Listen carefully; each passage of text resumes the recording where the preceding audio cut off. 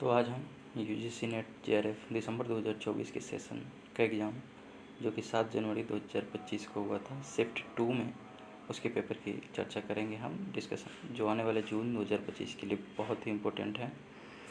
तो चलिए देखते हैं कि ये क्वेश्चन जो है कब का है। हमारा 7 जनवरी 2025 को जो एग्ज़ाम हुआ था दिसंबर सेशन के लिए उसका है, और ये जून सेशन के लिए काफ़ी इम्पोर्टेंट है। तो हम स्टार्ट करते हैं। फर्स्ट का 5 क्वेश्चन जो है डीआई का क्वेश्चन है, इसको अलग से देखेंगे हम, इसकी प्रैक्टिस ज़रूर करें क्योंकि सभी क्वेश्चन लेंदी दिया गया है। छठा क्वेश्चन है कि निम्न प्रमुख औद्योगिक आपदाओं को सही कालानुक्रम व्यवस्थित करिए, यानी arrange the following major industrial disaster in correct chronological order. ये सभी इंडस्ट्रियल डिजास्टर दिए गए हैं और उनको क्रोनोलॉजी में सजाना है। तो पहला दिया है भोपाल गैस ट्रेजेडी, दूसरा है सेवेसो आपदा, तीसरा है deep water Horizon oil spill और चौथा है सोमा खान आपदा। तो इसमें सबसे फेमस जो है एक तो है, सबको पता है भोपाल गैस ट्रेजेडी कब हुआ था, तो ये 1983 के दिसंबर में हुआ था। ठीक है, फिर उसके बाद हम देखेंगे ये सेवेसो आपदा, deep water horizon, real spill और सोमा खान आपदा। इसमें सबसे लेटेस्ट जो है वह सोमा खान आपदा है, जो कि कब हुआ था, 2014 में हुआ था। तो इसी के हिसाब से हम ऑप्शन को एलिमिनेट करने की कोशिश करेंगे। तो देखेंगे कि जिसमें डी जो है वो सबसे लास्ट में आ रहा हो और ए जो है वो स्टार्टिंग में आ रहा हो, तो वहाँ से हमको काफ़ी हद तक एलिमिनेट कर लेंगे ऑप्शन।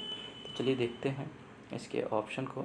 इसमें 2 ऑप्शन ऐसे ही एलिमिनेट हो जा रहे हैं। डी जिसमें लास्ट में हो वो ए में है और बी में है, तो सी तो इसका आंसर होगा नहीं, सी भी नहीं होगा, डी भी नहीं होगा। अब बचा क्या हमारे पास, ए और बी। तो इसमें जो है भोपाल गैस ट्रेजेडी जो 1983 में 83 में हुआ था, 1983 में हुआ था, दिसंबर में हुआ था। ये कहीं कहीं 84 भी लिख देता है दिसंबर होने की वजह से। तो इससे पहले एक और गैस ट्रेजेडी हुआ था, उसको हम लोग सोवेसो आपदा कहते हैं। तो ये सोवेसो आपदा जो है 1976 में हुआ था, 1976 में हुआ था। और डीप वाटर होराइजन ऑयल जो है ये 2010 में हुआ था। कब हुआ था, 2010 में हुआ था। तो इस हिसाब से हमारा सबसे पहले क्या आ जाएगा, सेवेसो आपदा जो 1976 में हुआ था, वो कहाँ दिया हुआ है, तो वो ऑप्शन बी जो है फर्स्ट में बी नंबर में दिया। इस हिसाब से राइट आंसर ऑप्शन बी हो जाएगा। उसके बाद भोपाल गैस ट्रेजेडी आ जाएगा 1983। फिर उसके बाद Deepwater Horizon oil spill आ जाएगा जो 2010 में हुआ था। और सबसे लेटेस्ट जो है वो सोमा माइन डिजास्टर आ जाएगा, 2014 में हुआ था।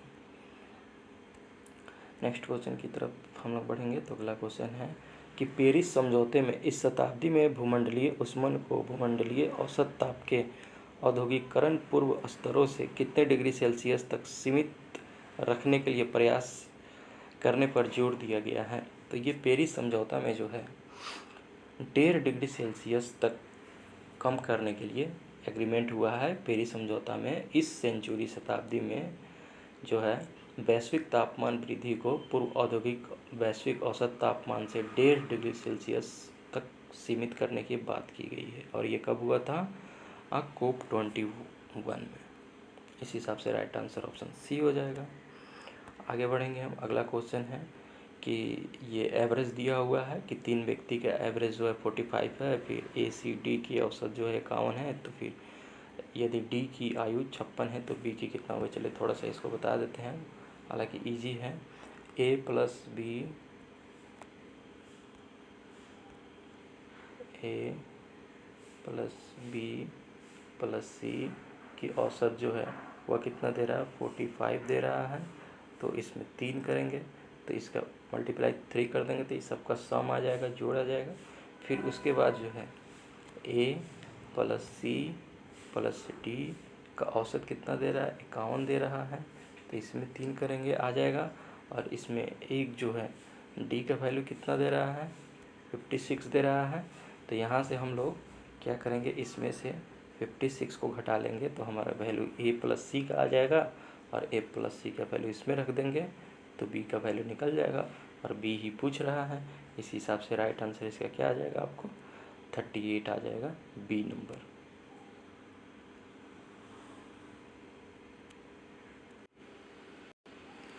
अगले क्वेश्चन की तरफ हम लोग बढ़ेंगे। तो अगला क्वेश्चन है हमारा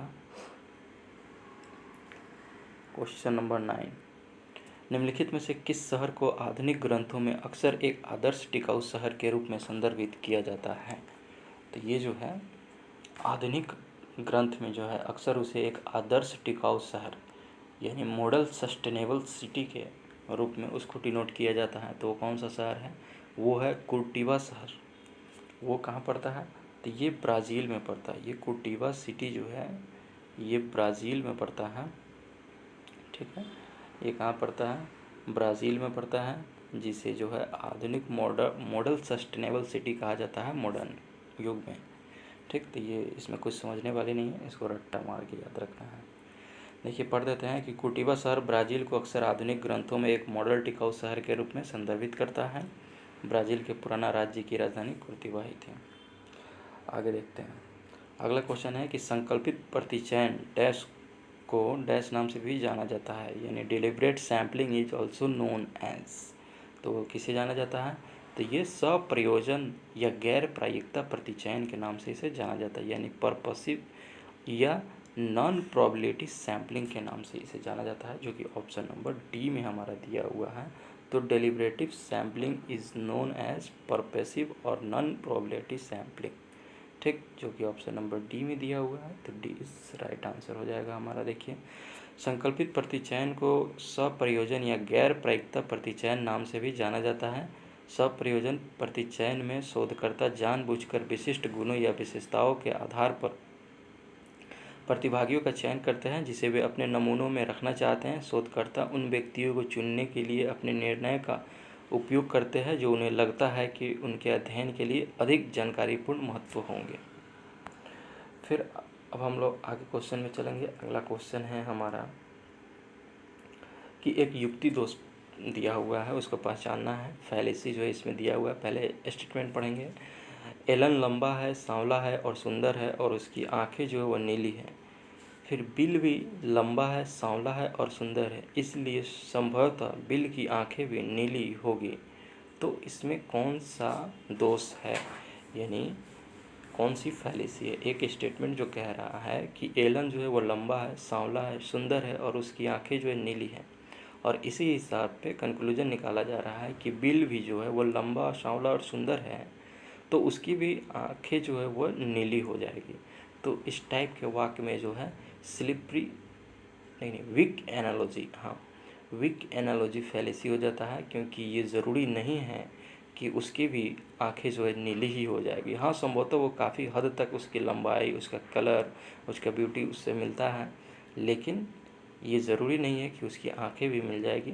तो ये एक हमारा क्या है, कमज़ोर सादृश्यता को दर्शाता है, जिसे हम लोग क्या कहते हैं, वीक एनालॉजी के नाम से जानेंगे। तो इसमें कौन सा फैलेसी आ जाएगा? वीक एनालॉजी फैलेसी, जो कि ऑप्शन नंबर बी में दिया हुआ है। इसे क्या कहते हैं? कमज़ोर सादृश्यता। फिर हम अगले क्वेश्चन की तरफ चलेंगे। तो अगला क्वेश्चन हमारा है वो है कि अनौपचारिक प्रयोगात्मक डिज़ाइन यानी informal experimental design are known as किस नाम से जाना जाता है, या उसके क्या कहते हैं देखते हैं। पहला ऑप्शन है फैक्टोरियल डिज़ाइन, दूसरा है बिना नियंत्रण डिज़ाइन के पहले और बाद में, तीसरा है केवल नियंत्रण के साथ बाद में, चौथा है यादृच्छिक ब्लॉक डिज़ाइन, पांचवा है नियंत्रण डिज़ाइन के साथ पहले और बाद में।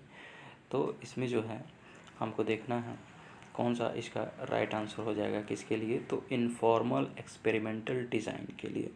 तो जब भी इनफॉर्मल एक्सपेरिमेंटल डिज़ाइन की बात होगी तो उसमें फैक्टोरियल डिज़ाइन नहीं आएगा। ठीक, यानी ए ऑप्शन नहीं होगा, बाकी बचा बी। तो बी है क्या? बिना नियंत्रण डिज़ाइन के पहले और बाद में, तो ये हमारा सही हो जाएगा। तीसरा है केवल नियंत्रण के साथ बाद में, ये भी सही हो जाएगा। चौथा है यादृच्छिक ब्लॉक डिज़ाइन यानी रैंडमाइज ब्लॉक डिज़ाइन, किसी भी रैंडमली कर देता है, तो ये नहीं होगा रैंडमली। फिर before and after with control design, ये बिल्कुल सही है। यहाँ से भी देख सकते हैं कि डी और ई ऑप्शन जो है एक दूसरे को कंट्राडिक्ट करता है, तो दोनों में से कोई एक ही होगा। ठीक है ना। तो यहाँ पे हमारा क्या हो जाएगा? ऑप्शन ई सही हो जाएगा। इस हिसाब से ऑप्शन बी, सी और ई सही हुआ। तो चलिए देखते हैं कि कौन से वे ऑप्शन है जिसमें बी, सी, ई है। BCE यानी ऑप्शन नंबर डी में है हमारा, इस हिसाब से right answer is D. Next question की तरफ बढ़ेंगे हम लोग। देखिए, बिना नियंत्रण डिजाइन के पहले और बाद में, केवल नियंत्रण के साथ बाद में तथा नियंत्रण डिजाइन के साथ पहले और बाद वाक्यांश में अनौपचारिक प्रयोगात्मक डिजाइन है, यानी इनफॉर्मल एक्सपेरिमेंटल डिजाइन होता है। जैसे इसके एग्जांपल है, बिना नियंत्रण डिजाइन के पहले और बाद में, केवल नियंत्रण के साथ बाद में, और एक क्या था, नियंत्रण डिजाइन के साथ पहले और बाद में। नेक्स्ट क्वेश्चन है हमारा कि संचार के संदर्भ में संक्षिप्त नाम साइट का क्या है। In the context of communication the acronym site is, site का क्या फुल फॉर्म होता है, एब्रिविएशन है ये। तो देखते हैं, पहला ऑप्शन है सैटेलाइट इंस्ट्रक्शनल टेलीविज़न एजुकेशन, दूसरा है साइंस इंस्ट्रक्शनल टेलीविज़न एजुकेशन, और तीसरा है साइंस इंस्ट्रक्शनल टेलीविज़न एक्सपेरिमेंट, चौथा है सैटेलाइट इंस्ट्रक्शनल टेलीविज़न एक्सपेरिमेंट। तो कम्युनिकेशन के संदर्भ में जो है, संचार के संदर्भ में जो है, साइट का जो फुल फॉर्म होता है वो सैटेलाइट इंस्ट्रक्शनल टेलीविज़न एक्सपेरिमेंट होता है, जो कि इधर ऑप्शन नंबर डी में हमारा दिया हुआ है। क्या हो जाएगा, SITE का साइट का, सैटेलाइट S फॉर क्या हो गया, सैटेलाइट, ठीक, और I for instructional, T for television, E for experiment हो गया। तो साइट का हमारा फुल फॉर्म क्या हो गया, satellite instructional television experiment. Satellite instructional television experiment site NASA और भारतीय इसरो के जो है बीच एक सहयोगी परियोजना थी, जो 75-76 के मध्य क्रियान्वित हुआ। इसका प्रयोग जो है शैक्षणिक सामग्री प्रदान करना और संभावना के प्रदर्शन के लिए किया जाता था। नेक्स्ट हमारा मैच द फॉलोइंग है, जिसमें क्लासरूम कम्युनिकेशन टेक्नोलॉजी का मिलान उसके मीनिंग से करना है कि उसका क्या मीनिंग होता है। तो पहला है इंटरेक्टिव वाइट बोर्ड। देखिए, इसमें जो है कम्युनिकेशन वगैरह में ज़्यादा इंग्लिश वर्ड ही आपको आसान लगेगा, हिंदी पे जाइएगा तो और दिक्कत हो जाएगा, इसलिए हम ज़्यादा फोकस इंग्लिश पे ही करेंगे। Interactive white board option B में है, वीडियो कॉन्फ्रेंसिंग ऑप्शन सी है, लर्निंग मैनेजमेंट ऑप्शन डी है, प्रोजेक्टर। तो यहाँ तो प्रोजेक्टर के बारे में सबको पता ही होगा क्या होता है प्रोजेक्टर में। तो चलिए देख लेते हैं, इससे मिलान करने की हम कोशिश करेंगे। तो प्रोजेक्टर से जो है कक्षा में क्लास चलती है, उससे क्या होता है, विजिबल जो भी दृश्य सामग्री होता है उसको प्रदर्शित किया जाता है प्रोजेक्टर के माध्यम से। तो देखने के लिए कोशिश करेंगे कि दृश्य सामग्री किस किस में दिया हुआ है। तो ऑप्शन नंबर 2 जो है, जिसमें शिक्षण के लिए दृश्य और अंतःक्रियात्मक टूल दिया हुआ है, लेकिन यहाँ टूल लगा दिया तो ये तो होगा नहीं। फिर ऑप्शन 3 देखेंगे, जिसमें कक्षा में दृश्य सामग्री दिखाना। तो प्रोजेक्टर का वर्क सिर्फ दिखाना होता है। क्या दिखाएगा ये प्रोजेक्टर, कक्षा में दृश्य सामग्री को दिखाएगा। फिर उसके बाद जो है इंटरैक्टिव वाइट बोर्ड का भी हम चर्चा करेंगे, जो ऑप्शन नंबर ए में दिया हुआ है। तो इंटरैक्टिव वाइट बोर्ड का क्या काम होता है, उस पे जो है वाइट बोर्ड में शिक्षण के लिए दृश्य सामग्री और अंतःक्रियात्मक टूल भी होता है उस पर, ठीक, जो कि ऑप्शन नंबर ए का 2 हो जाएगा, डी का 3 हो जाएगा। और इस हिसाब से हमारा अगला भी देखेंगे। एक वीडियो कॉन्फ्रेंसिंग काफ़ी आसान है, ये हम लोग जनरली यूज़ भी करते हैं, समझ में आ जाएगा कि वीडियो कॉन्फ्रेंसिंग का कहाँ होता है। तो छात्रों के साथ दूरस्थ संचार, जो दूर बैठे हुए छात्र है उनके साथ ये क्लास अगर स्टार्ट करना है, उनके साथ बातचीत करना है, जुड़ना है, संचार करना है, कम्युनिकेट करना है, तो उसके लिए हमें वीडियो कॉन्फ्रेंसिंग की ज़रूरत होती है, जो हमें आजकल वीडियो कॉल के रूप में देखने को मिलता है। कोविड-19 में जो है इसका वीडियो कॉन्फ्रेंसिंग के माध्यम से काफ़ी कक्षाएं संचालित की गई। तो वीडियो कॉन्फ्रेंसिंग क्या हो जाएगा, छात्रों के साथ दूरस्थ संप्रेषण। तो इस हिसाब से हमारा जो है एक लर्निंग मैनेजमेंट बचा, जो वीडियो लेक्चर और पाठ्य जैसी पाठ्यक्रम सामग्री का आयोजन वितरण किया जाता है। तो वो 4 में हो जाएगा। तो ए का 2, बी का 1, इस हिसाब से देखेंगे हम 2 ही से कौन हो जाएगा, ए का 2, बी का 1। ऑप्शन नंबर कहाँ पे है हमारा, 2 ऑप्शन मिल रहा है, ऑप्शन बी और ऑप्शन डी। तो चलिए, ए जो है होगा नहीं, डी होगा नहीं, इतना तो कट गया। बाकी जो है हमारा सी जो है, सी किससे मिला था, सी लर्निंग मैनेजमेंट, या फिर उसको भी छोड़ दीजिए। डी जो है प्रोजेक्टर जो हमारा किससे मिला हुआ था, तो प्रोजेक्टर जो है कक्षा में दृश्य सामग्री दिखाने से जुड़ा हुआ था, जो कि 3 में था। तो डी का 3 हो जाएगा। और वो कहाँ है, तो वो है हमारा ऑप्शन नंबर, 1 मिनट, इसमें जो है ए का हमारा 2 था, बी का 1 था, और इस हिसाब से 2 ऑप्शन था बचा होगा हमारा। कौन कौन बचेगा? तो ऑप्शन नंबर बी और ऑप्शन नंबर डी, इन दोनों में ए का 2, बी का 1, बाकी ए कट जाएगा और सी कट जाएगा। ठीक। और डी के लिए हमारा जो है डी का प्रोजेक्टर था, जिसमें कक्षा में दृश्य सामग्री दिखाने से संबंधित था, जो डी का 3 हो जाएगा। इस हिसाब से right answer option number D हो जाएगा। चलिए एक बार इसको और देख देते हैं, पढ़ देते हैं, यहाँ पे हम समझ में आ जाएगा। इंटरेक्टिव व्हाइट बोर्ड में जो है शिक्षण के लिए दृश्य और अंतःक्रियात्मक टूल का उपयोग किया जाता है। फिर वीडियो कॉन्फ्रेंसिंग में जो है छात्रों के साथ दूरस्थ संचार होता है।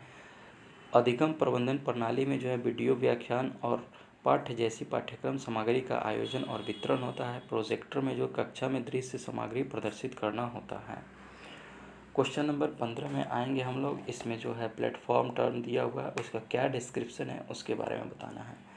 तो देखिए एक काफ़ी फेमस है स्वयं, study wave of active and young aspiring mind, इसका फुल फॉर्म होता है। फिर बी में है मूडल, सी में है ओपन एक्सेस और डी में है H index.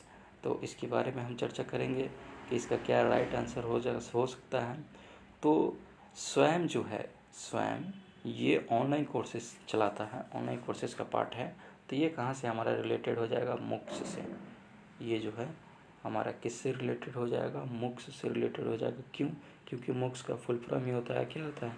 Massive open, M for massive, O for open, फिर ओ जो है ओपन के बाद में ऑनलाइन, और सी मतलब courses. Massive open online courses होता है जो कि स्वयं में होता है। तो ए का हमारा क्या हो गया? 4 हो गया। फिर मूडल जो है, इससे पहले वाले जो हम वीडियो कवर किए थे, बनाए थे, उसमें जो ये मॉडल का रिलेटेड एक क्वेश्चन था 7 जनवरी का ही, अभी शिफ्ट 2 चल रहा है, वो शिफ्ट 2 में था। तो मॉडल क्या किससे रिलेटेड है? वो LMS से है रिलेटेड। फिर सी का देखेंगे हम लोग, ओपन एक्सेस। तो ओपन एक्सेस जो है वो क्या करता है? तो ये OER से रिलेटेड है। और एच इंडेक्स जो है स्कोपस से रिलेटेड है।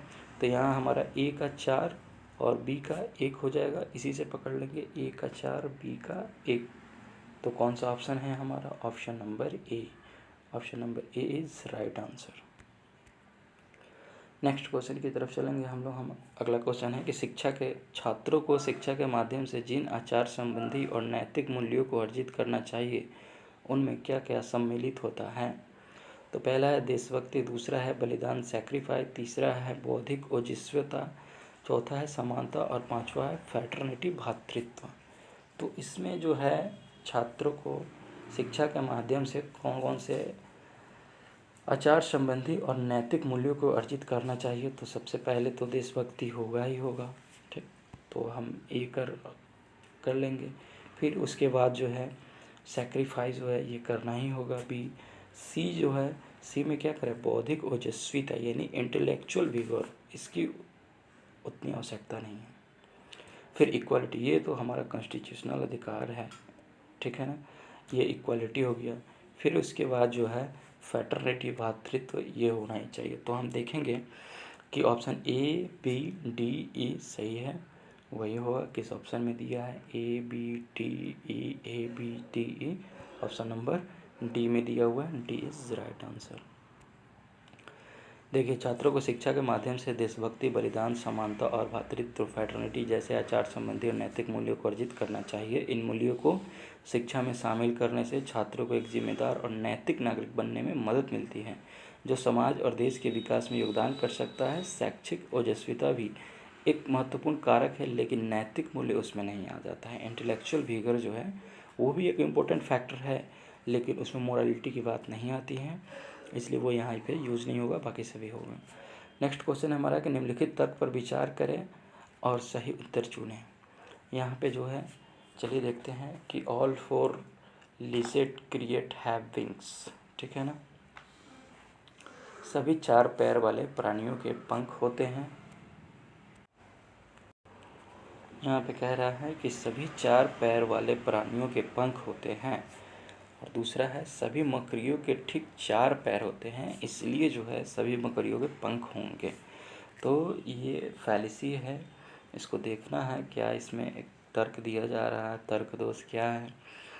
तो देखिए सभी 4 पैर वाले प्राणियों के पंख होते हैं, ये कह रहा है। फिर कह रहा है कि सभी मकड़ियों के ठीक 4 पैर होते हैं, इसलिए जो हम क्या कंक्लूजन निकाल सकते हैं कि सभी मकड़ियों के पंख होते हैं। तो ऐसा नहीं है। यहाँ पे जो है ठीक है, जो कंक्लूजन हम निकाल रहे हैं वो लॉजिक इसमें है, ठीक, तर्क वो सही हम दे रहे हैं। लेकिन यहाँ पे देखेंगे कि जो यहाँ पे फर्स्ट स्टेटमेंट है हमारा, सभी 4 पैर वाले प्राणियों के पंख होते हैं, तो ऐसा ज़रूरी नहीं है कि सभी 4 पैर वाले प्राणियों के पंख होंगे, तो ये तो गलत हो गया। और जब इस पे फिर निकाल रहे हैं कि सभी मकड़ियों के ठीक 4 पैर होते हैं, ऐसा भी नहीं है, ये भी गलत हो गया।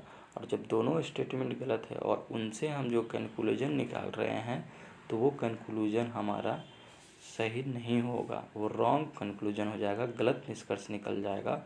और इस पे जो निष्कर्ष निकालने का गलत कथन पे जो है वो गलत आधार हो जाएगा। इस हिसाब से निष्कर्ष तो हमारा गलत हो ही जाएगा और गलत आधार भी हो जाएगा। तो देखते हैं किस ऑप्शन में दिया हुआ है गलत निष्कर्ष और गलत आधार जो है, असत्य आधार, असत्य निष्कर्ष और वैध तर्क, ये ऑप्शन नंबर बी में दे रहा है। इस हिसाब से option number B is right answer. Next हम लोग चलेंगे, उसमें है टाइप्स ऑफ सैम्पलिंग और उसका क्या मीनिंग होता है उसको समझाना है हमको। तो चलिए देखते हैं। पहला है स्ट्रेटिफाइड सैम्पलिंग, स्तरीकृत प्रतिचयन। दूसरा है प्रोबेबिलिटी सैम्पलिंग, प्रायिकता प्रतिचयन। और 2 जो है अगले स्लाइड में है उसको देखेंगे, पहले इसकी चर्चा कर देते हैं। स्ट्रेटिफाइड सैम्पलिंग जो है वह क्या करता है, तो यह जनसंख्या को उसके एक ऐसी उप जनसंख्या में विभाजित किया जाता है जो अलग अलग रूप में अधिक सजातीय हो, जो कि यहीं पे ऑप्शन नंबर 2 में दिया हुआ है। फिर जो है प्रायिकता चयन जो है वह क्या करता है यह प्रत्येक मत को मतलब प्रतिदर्श में शामिल होने का जो समान अवसर देता है, ठीक है ना। यानी जो भी every item of the universe has an equal chance of inclusion in the sampling, सभी को सैंपल में इक्वल चांस मिलता है शामिल होने का, उसी को हम लोग क्या कहते हैं, प्रोबेबिलिटी सैम्पलिंग बोलते हैं। और बाकी जो है सी में जो है सिस्टमैटिक सैम्पलिंग आ गया, सुयोजित प्रतिचयन।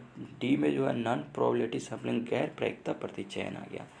तो देखिए सिस्टमैटिक सैम्पलिंग जो है यह क्या होता है, किसी भी सूची में वो जो है प्रत्येक आईवी मत का चयन किया जाता है, आइथ टर्म का सिस्टम एवरी, यानी एक सिस्टम बना हुआ है कि हर 2 के बाद तीसरे का चयन करना है, फिर तीसरे के बाद दो छाट करके अगले का चयन करना है, हर दूसरे के बाद तीसरा, हर 2 छाट करके तीसरा जो आएगा उसको सिलेक्ट करना है।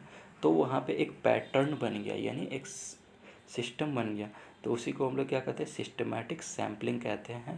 तो ये हो जाएगा। और चौथा है नॉन प्रोबेबिलिटी सैम्पलिंग, तो इसमें जो है एक ऐसी प्रक्रिया होती है जिसमें प्रायिकता के अनुमान के लिए कोई आधार नहीं होता। जैसे अभी पहले एक प्रोबेबिलिटी वाला सैम्पलिंग देखते हैं कि उसमें जो है जो भी एवरी आइटम जो है उस सबको इक्वल चांस मिलता है सैंपल में शामिल होने का, लेकिन यहाँ पे जो है कोई संभावना उसके लिए नहीं दिया जाता है, कोई आधार नहीं हो कि वो कब शामिल हो।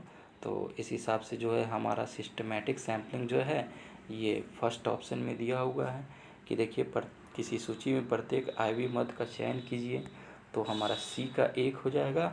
और ए के लिए जो है हम लोग 2 का सेलेक्ट किए हैं, ए का 2 और सी का 1। ऑप्शन नंबर किस में है, ए का 2 और सी का 1, ऑप्शन नंबर सी है हमारा। तो सी इज़ राइट आंसर यहाँ पे।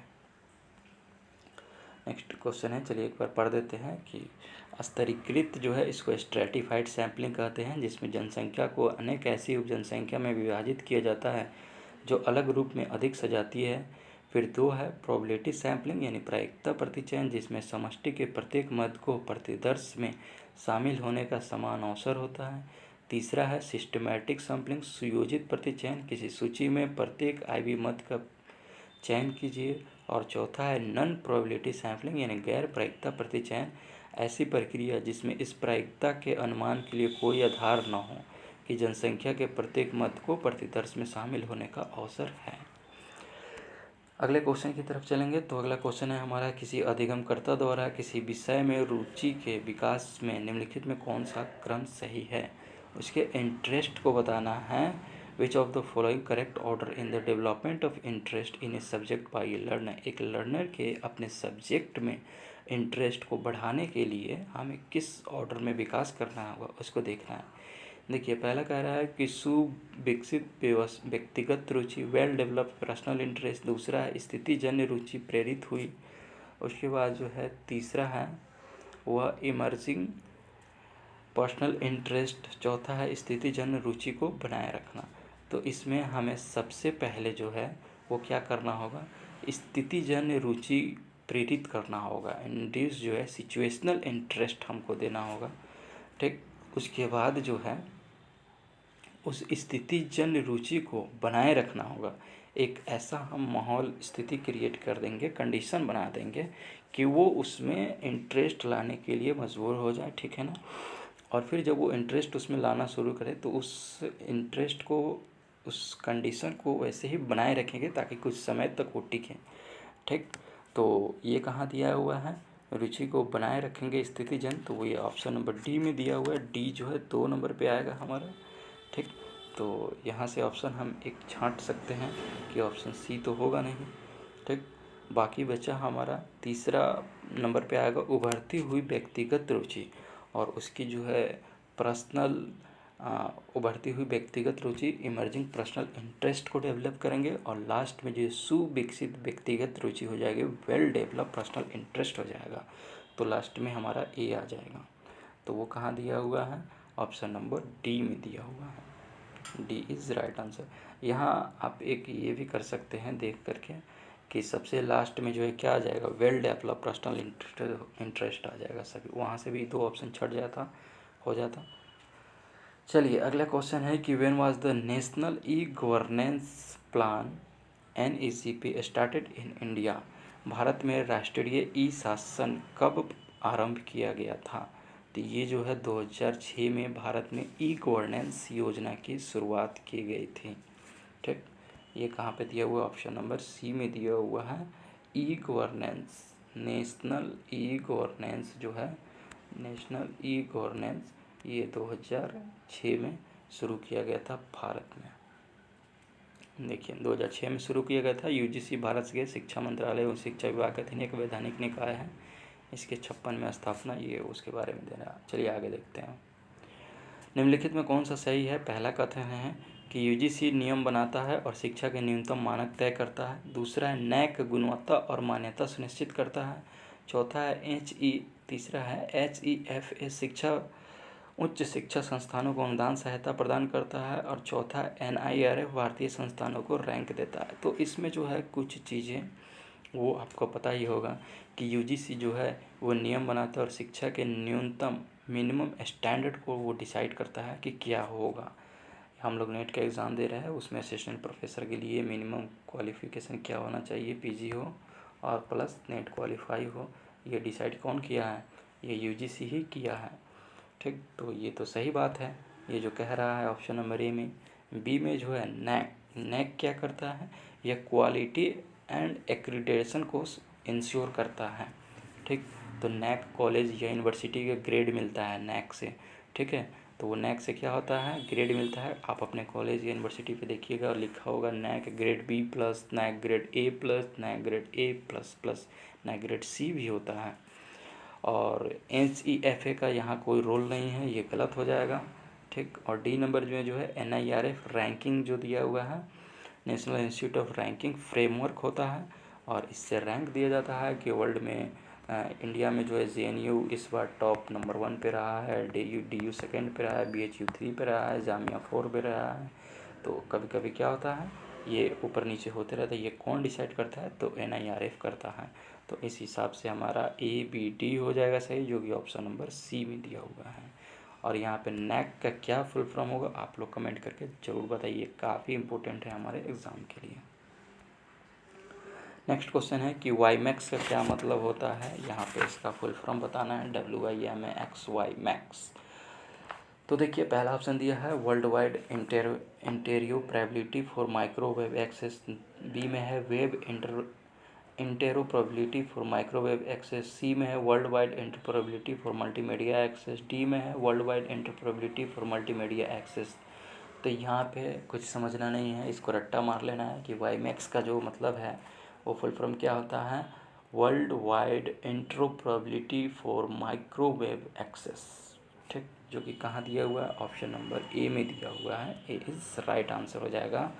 ध्यान से देखना है, वाईमैक्स में जो है पहले क्या आएगा, 2 बार डब्ल्यू आएगा वर्ल्ड वाइड, ठीक है, फिर इंटरऑपरेबिलिटी आएगा, उसके बाद माइक्रोवेव आएगा, तब एक्सेस आएगा।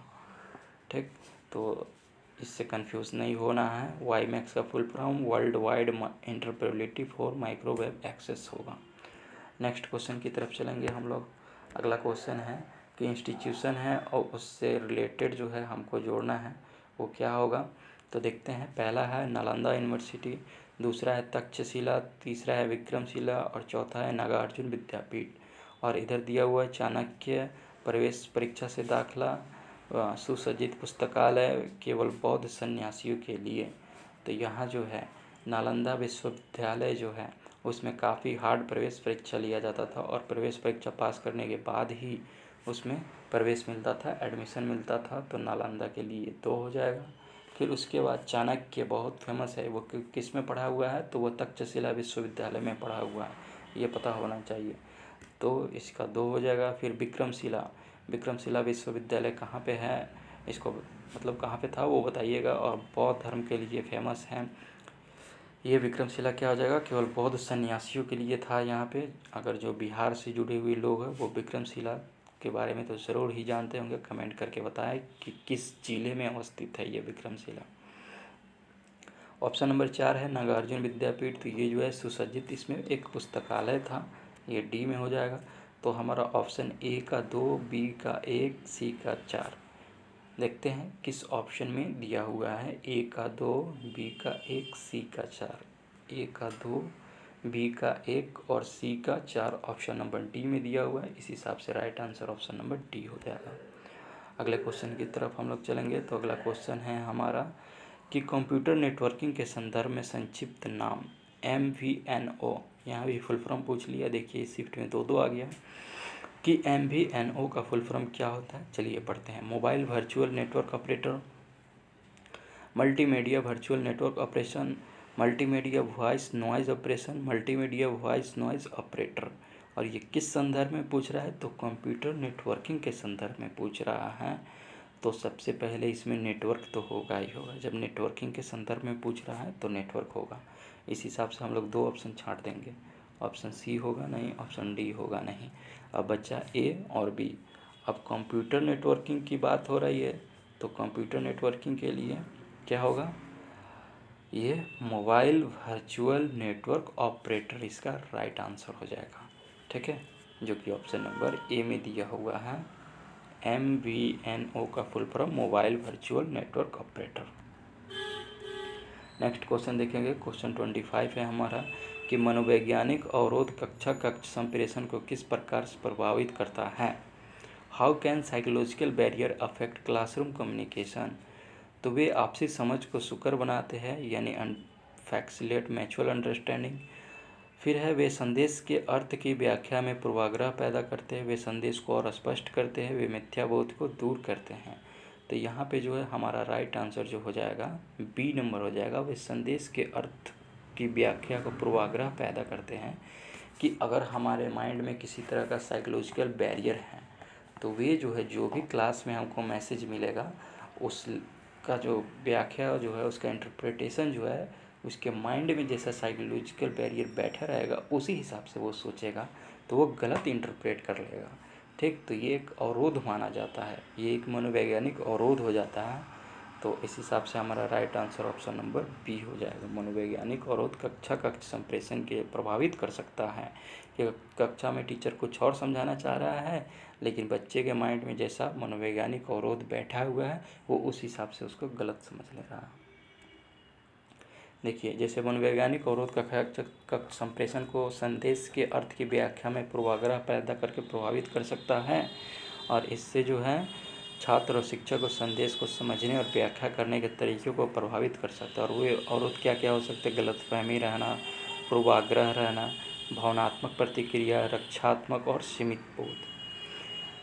क्वेश्चन नंबर 26 है कि जैव विविधता के लाभ को पहचानिए, बायोडायवर्सिटी के क्या बेनिफिट हैं। ऑप्शन 1 है मानव खाद्य आपूर्ति में योगदान, ऑप्शन बी है महत्वपूर्ण औषधियाँ प्रदान करना, ऑप्शन सी है पारिस्थितिकी तंत्र स्थायित्व का समर्थन करना, ऑप्शन डी है सौंदर्य परक एवं सांस्कृतिक मूल्य।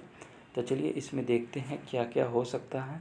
तो हमारा सबसे पहले जो है ऑप्शन नंबर ए तो होगा ही, मानव खाद्य आपूर्ति में योगदान करता है। कौन? जैव विविधता हमारा बिल्कुल सही है। ऑप्शन नंबर बी जो है महत्वपूर्ण औषधियाँ प्रदान करता है, ये भी सही है। फिर जो है ऑप्शन नंबर सी है कि पारिस्थितिकी तंत्र में स्थायित्व देता है, इकोसिस्टम को हमारा स्टेबल करता है, ये भी सही है जैव विविधता। और सौंदर्य परक एवं सांस्कृतिक मूल्य है इसका, तो ऐसा नहीं है, ये नहीं होगा। हमारा क्या सही हो जाएगा? ए बी सी, ठीक है। नहीं, इसमें सौंदर्य परक भी हो जाएगा, ठीक ठीक ठीक। हाँ, एस्थेटिक एंड कल्चरल वैल्यू को भी डिनोट करता है, ये भी सही हो जाएगा।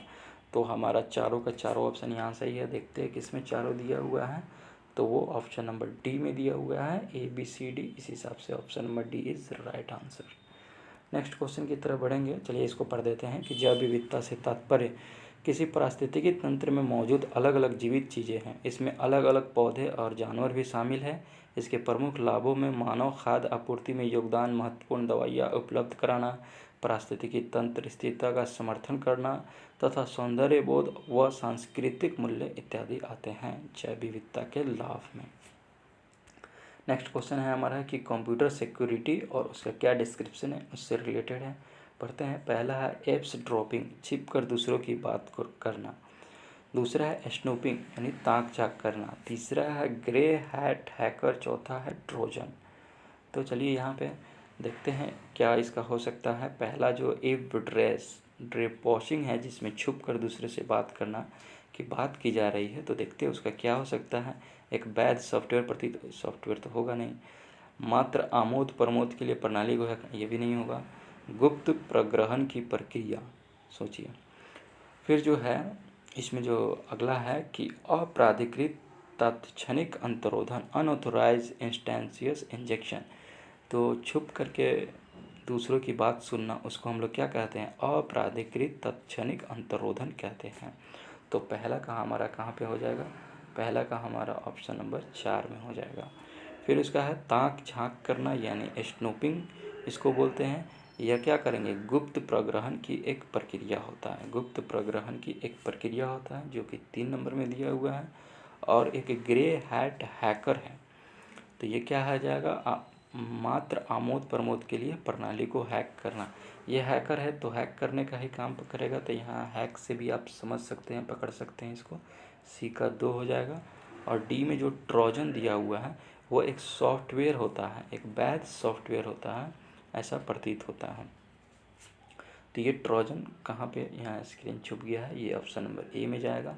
तो चलिए देखते हैं। ए का 4 बी का 3, ए का 4 बी का 3 किस ऑप्शन में दिया हुआ है? ए का 4 बी का 3, ए का 4 बी का 3 ऑप्शन नंबर ए में ही दिया हुआ है। इस हिसाब से right answer is option number A.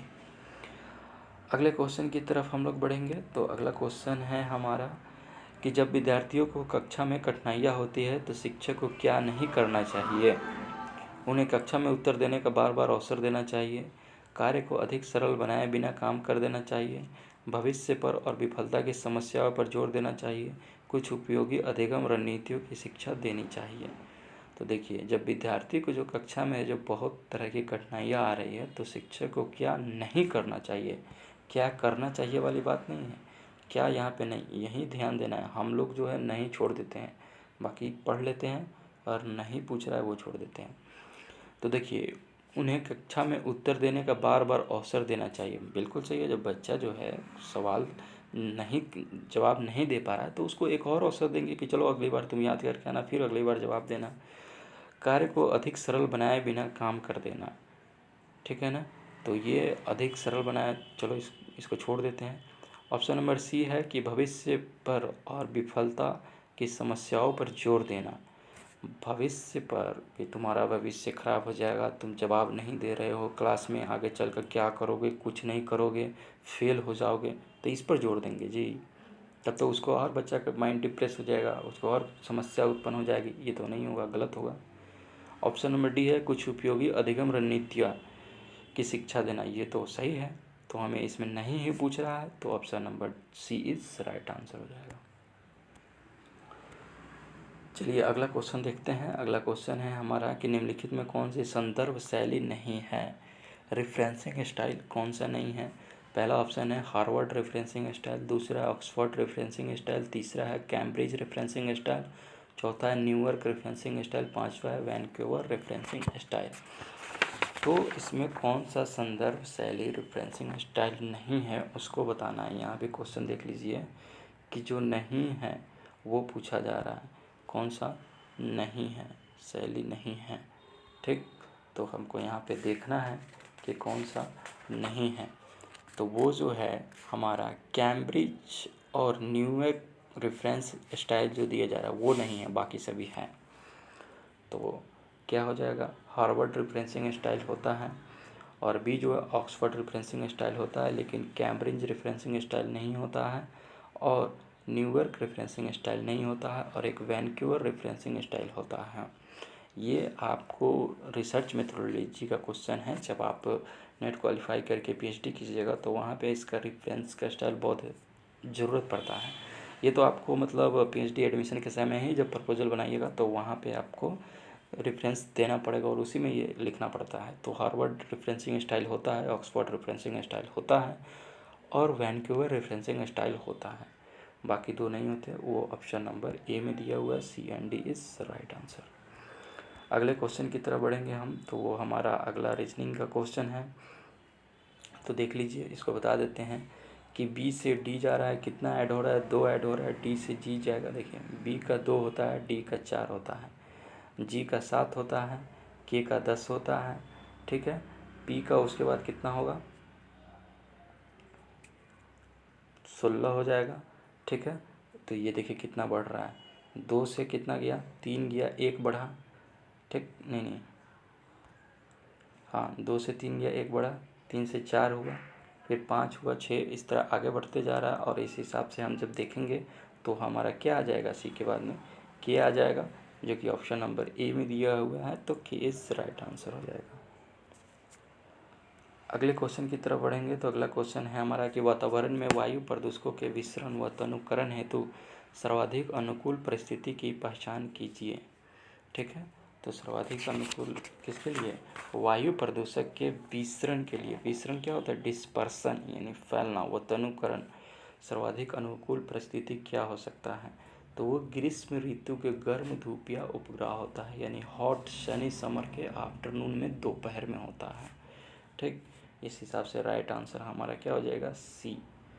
वातावरण में वायु प्रदूषक के विसरण व तनुकरण हेतु सर्वाधिक अनुकूल परिस्थिति जो है वह ग्रीष्म ऋतु के गर्म धूप या अपराह्न होता है, यानी दोपहर का समय होता है। अभी खास करके हमारा जून का जो मौसम चल रहा है वो ग्रीष्म ऋतु का है, और इसमें गर्म धूप निकलता है। तो जो अभी दोपहर का समय जो होता है वो वातावरण में वायु प्रदूषक के विसरण व तनुकरण के लिए सबसे अनुकूल परिस्थिति है।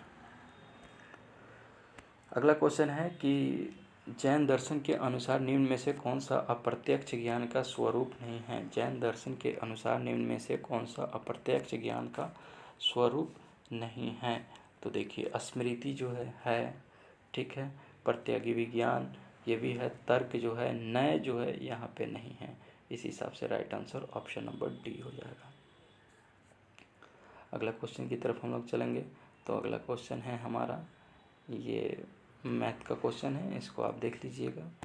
चौथा समानुपाती पूछ रहा है, काफ़ी इजी होता है। चलिए, वैज्ञानिक पद्धति के संबंध में निम्नलिखित में से कौन सी एक मूल अभिधारणा नहीं है। यहाँ भी नहीं पूछा जा रहा है, ध्यान दीजिएगा क्या पूछा जा रहा है, नहीं है। वैज्ञानिक पद्धति के संबंध में कौन सी एक मूल अभिधारणा नहीं है। पहला ऑप्शन, इसकी पद्धति को आलोचनात्मक समीक्षा के लिए सभी संबंधितों को ज्ञात करवाया जाता है। दूसरा, यह प्रासंगिक अवधारणाओं का उपयोग करती है। तीसरा, यह केवल वस्तुनिष्ठ प्रतिफलों के लिए प्रतिबद्ध नहीं होता है। चौथा है, इसका लक्ष्य सर्वाधिक सामान्य स्वयं सिद्धि बनाना जिसे वैज्ञानिक सिद्धांत कहा जा सकता हो वो बनाना है। तो यहाँ क्या इसका नहीं होगा। सी नंबर देखिए क्या कर रहा है, केवल वस्तुनिष्ठ प्रतिफल के लिए प्रतिबद्ध नहीं होता है। It is not committed to only objective consideration. नहीं भाई, उसका कुछ ना कुछ ऑब्जेक्टिव होता है, और जो ये नहीं कह रहे हो तो ये गलत हो गया। इस हिसाब से right answer option number C हो जाएगा, क्योंकि यही गलत है और बाकी जो ऑप्शन है वो सभी सही है।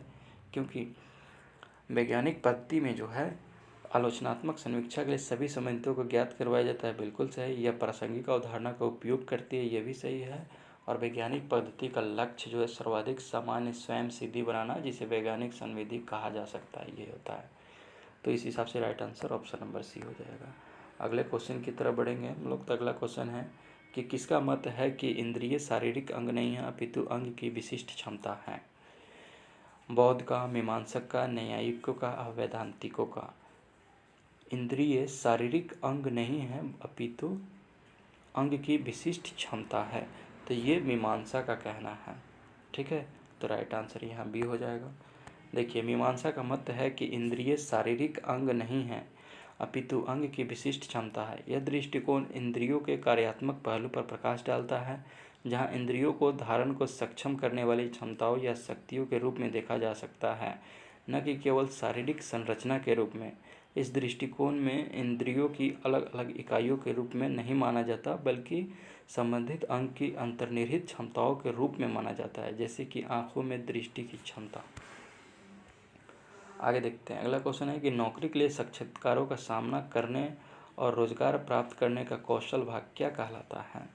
तो वो जो है सॉफ्ट कौशल कहलाता है। नौकरी के लिए साक्षात्कार का जो सामना करते हैं और रोजगार प्राप्त करने का जो कौशल का भाग है वो हमें क्या कहलाता है, सॉफ्ट कौशल कहलाता है। ऑप्शन नंबर सी में दिया हुआ है, C is right answer. Next question है हमारा कि किसी कक्षा के लिए व्याख्यान पद्धति का चयन किया जाएगा यदि शिक्षक एक अच्छा वक्ता हो, सभी विद्यार्थी औसत से बेहतर हो, पाठ्यक्रम के उद्देश्य में ऐसा आवश्यक हो, विद्यार्थी शिक्षक से ऐसा करने का अनुरोध करे। तो वो कब आवश्यक हो जाएगा, कब, जब जो है पाठ्यक्रम के उद्देश्य में ऐसा आवश्यक हो। बाकी शिक्षक अच्छा वक्ता है उससे मतलब नहीं है कि हम अच्छा वक्ता है तो उसका लेक्चर दिलवाने लगेंगे, नहीं। सभी विद्यार्थी औसत से बेहतर हो जाए तब भी नहीं, ठीक। और विद्यार्थी शिक्षक से ऐसा करने का अनुरोध कर, ऐसा भी बिल्कुल नहीं।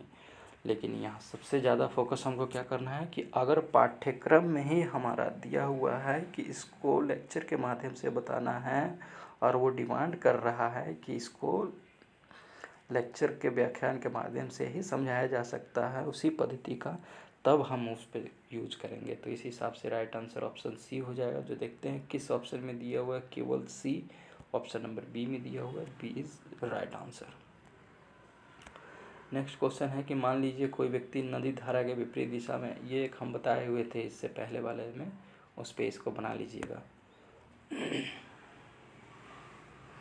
चलिए देखते हैं 39 नंबर क्वेश्चन। निम्नलिखित में से कौन स्वनिर्मित परिभाषा के आलोक में सही दावा है। सेल्फ मेड डिफिनेशन, ठीक है ना। Light of self made definition कौन स्वनिर्मित परिभाषा के आलोक में सही दावा है। पहला है, यह स्वनिर्मित परिभाषा या तो सदैव सत्य होती है या सदैव असत्य होती है। दूसरा है, एक स्वनिर्मित परिभाषा अनुरोध या एक प्रस्ताव है या परिभाषक के द्वारा अभिप्रेरित है का अर्थ बताने हेतु परिभाष्य का प्रयोग करने के लिए संकल्प है। ऑप्शन सी है, एक स्वनिर्मित परिभाषा सूचनाप्रद है और न कि निर्देशात्मक है। ऑप्शन डी है, संख्या 100 पे पावर 100 को गूगल नाम देना स्वर्णिम है। तो इसमें क्या इसका सही उत्तर है, उसको हम लोग को चयन करना है। तो इसमें जो है ऑप्शन नंबर बी, एक स्वनिर्मित परिभाषा अनुरोध या एक प्रस्ताव है या परिभाषक के द्वारा जो अभिप्रेत है का अर्थ बताने हेतु परिभाषा का प्रयोग करने के लिए संकल्प है, ये सही हो जाएगा। और ऑप्शन नंबर डी जो है, जिसमें कह रहा है कि यह संख्या 100 के पावर 100 को गूगल में इसको स्वर्णिम किया है, तो ये भी सही है। इस हिसाब से हमारा बी और डी सही है, बाकी गलत है। तो देखेंगे किस ऑप्शन में बी और डी दिया हुआ है। चलिए देखते हैं। तो ये डी नंबर में दिया हुआ है, इस हिसाब से राइट आंसर ऑप्शन डी हो जाएगा। नेक्स्ट क्वेश्चन है हमारा कि यदि गंभीरता से लिया जाए तो सही ढंग से किए गए मूल्यांकन का सबसे महत्वपूर्ण लाभ क्या सुनिश्चित कर सकता है, ठीक है। क्या सुनिश्चित कर सकता है? चलिए देखते हैं। पहला है विद्यार्थियों की प्रगति के बारे में निर्णय, दूसरा है शिक्षण में सुधार, तीसरा है अधिगम में सुधार, चौथा है विद्यार्थियों को उनकी उपलब्धियों के आधार पर वर्गीकृत करना। तो यहाँ पे क्या हो सकता है हमारा? यदि गंभीरता से लिया जाए तो सही ढंग से किए गए मूल्यांकन का सबसे महत्वपूर्ण लाभ क्या सुनिश्चित कर सकता है? तो यह विद्यार्थियों की प्रगति के बारे में निर्णय करेगा। देखिए ये तो होगा, लेकिन इसका सबसे इसमें पूछा जा रहा है महत्वपूर्ण लाभ, वो नहीं होगा। ये होगा सबसे महत्वपूर्ण लाभ क्या होगा? शिक्षण में सुधार होगा, ऑप्शन नंबर बी। फिर अधिगम में सुधार, ऐसा होगा क्या? तो अधिगम में जब शिक्षण में सुधार होगा तो जाहिर सी बात है कि अधिगम में भी हमारा क्या हो जाएगा? सुधार हो जाएगा। और चौथा है विद्यार्थियों को उनकी उपलब्धियों के आधार पर वर्गीकृत करना। ऐसा तो नहीं करना है भाई, भेदभाव हो जाएगा, ये इन्फेरियर के शिकार हो जाएंगे बच्चे। ठीक, तो बी और सी सही होंगे। इसके जो देखेंगे किस ऑप्शन में दिया हुआ है, डी नंबर में दिया हुआ है बी एंड सी, तो इस हिसाब से राइट आंसर इज डी।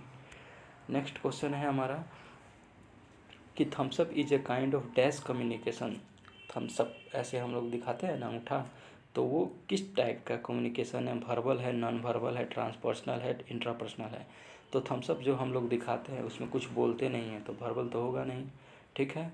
और उसमें से मतलब इस डिनोट से इस टाइप के थम्सअप हाथ अंगूठा दिखाने से ही समझा जाता है कि क्या इसका होगा उसको। तो वो क्या हो जाएगा हमारा? नॉन वर्बल, चित्र के माध्यम से दर्शाया जाता है जो भी, वो नॉन वर्बल हो जाएगा।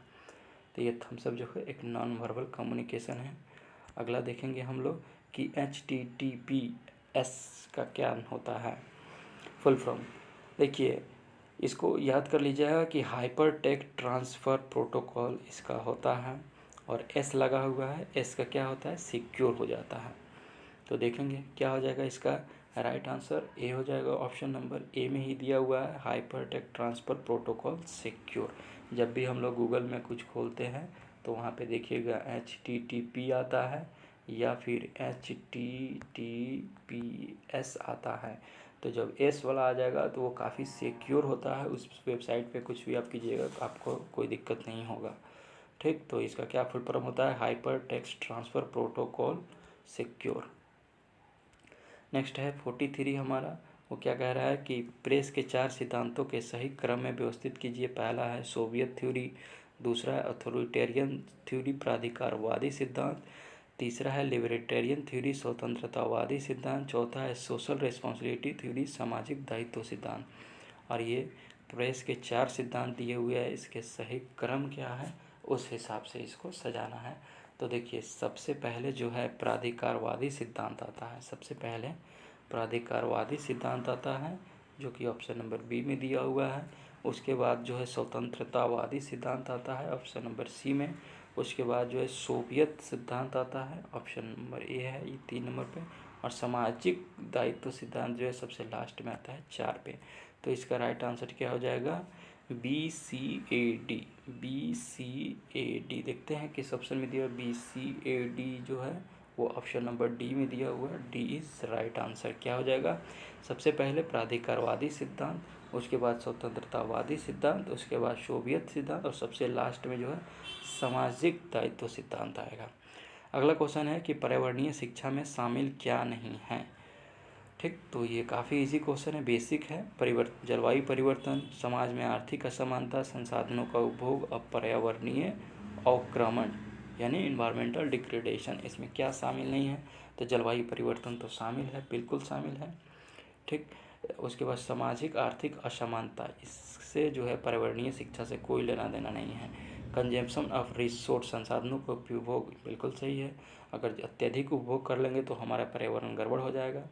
और चौथा है पर्यावरणीय अवक्रमण, ये सही है। तो यहाँ पे क्या शामिल नहीं पूछा जा रहा है, तो option number B is right answer. Next question है हमारा, चलिए ये रीजनिंग का क्वेश्चन है, इसको आप बना लीजिएगा। क्या दिया हुआ है? 1, 5, 14, 30, 55 दिया हुआ है। तो इसको क्या करना है? 1, 5 को इसको देख लेना, इसमें कितना कितना का डिफरेंस होते जा रहा है, फिर अगला उसी डिफरेंस पैटर्न को फॉलो करते हुए होगा। तो इस हिसाब से अगला हमारा है पैसेज को आप लोग बना लीजिएगा, काफ़ी इजी होता है। और आज हम 7 जून 2025 के शिफ्ट 2 के पेपर 1 के सभी क्वेश्चन को देखें। ये आने वाले जून एग्ज़ाम के लिए काफ़ी इम्पोर्टेंट हैं और काफ़ी हेल्पफुल साबित करेगा आपके एग्ज़ाम के स्कोर बढ़ाने में। तो कैसा लगा कमेंट करके ज़रूर बताएं और हमारे चैनल को लाइक, सब्सक्राइब, शेयर करना ना भूलें। अपने दोस्तों को इससे जोड़ें, आपको आने वाले और भी वीडियो से काफ़ी फ़ायदे होंगे। Thank you.